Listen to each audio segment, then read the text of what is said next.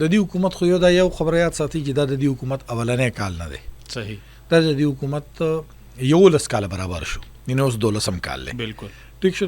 نو دې ته چرې هم تاسو د یو کال په نظر باندې حیثیت مګورئ، دې ته کو ګورئ نو دې ته به د 11 کالو که غلطۍ نه کېږي نو هغه به هم یادو، که ښې کړي دي هغه به هم یادو. صحیح. دې وخت کې په پېښور کې موجوده د کوم چې د علي امین ګنډاپور صاحب حکومت دی، تاسې هېڅ غټه منصوبه په دې یو کال کې نشته دی، سوای د دې نه چې راځي اسلام آباد ته ځو او د پېښور نه روانېږو صوابۍ ته وځو. د ټول نه زیاتو خلکو د احتجاج کې شرکت کړی دی.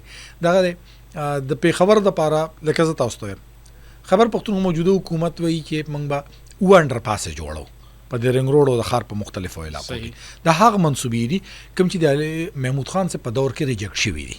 ریجکټ شوي دي. یس، دا په هغه وخت کې منسوخ کړی شوی. ما دا ویلي چې دا منصوبې جوړول خو د دې سره به نورې مسلې جوړېږي. ټیک شو. دا دی دا د هغوی دا زه ځکه ته وایم چې د پېښور دپاره دا یو دې وخت کې وایي چې د کاغذ تر حده پورې نو کېدای شي په راتلونکي موږ باندې څوک اعتراض وکړي، نو زه ورته ځکه دا وایم چې دغه د اوو انډر پاسو دپاره دی. دې وخت کې د پېښور دپاره تاسو ته پته دا دوی کوشش کړی چې موږ به د رنګ روډ باقي حصہ دا مکمل کوو. نادرن حصہ چې کوم نه د چې کوم د شمالي حصہ ده نادرن. ټیک شو. د شمالي حصہ ده خاص کر موږ چې کوم ته ګورو د ورسک روډ نه د کارخانو پورې چې کومه علاقه ده موږ چې دا به کېږي نو هغه اوسه پورې د هغې کار نشته دی، هغه هم نه دی شوی.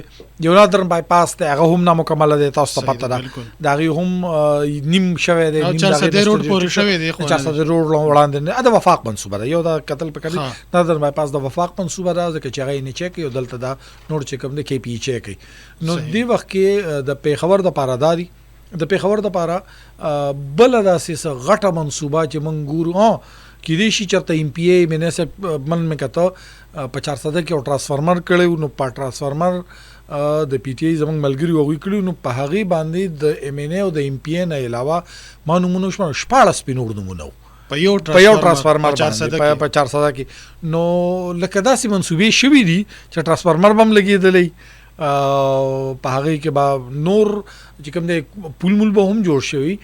خو داسې څه غټه منصوبه چې دی وکې موږ پېښور کې څه ته ګورو چې موږ ته پېښور کې ښکاره شي هغه نشته دی. موږ به وړاندې پروګرام کې نور هم ذکر کوو د یو خو زه د پېښور د تعمیراتي کار په حوالې سره یادوم، نو دا نه دی شوی.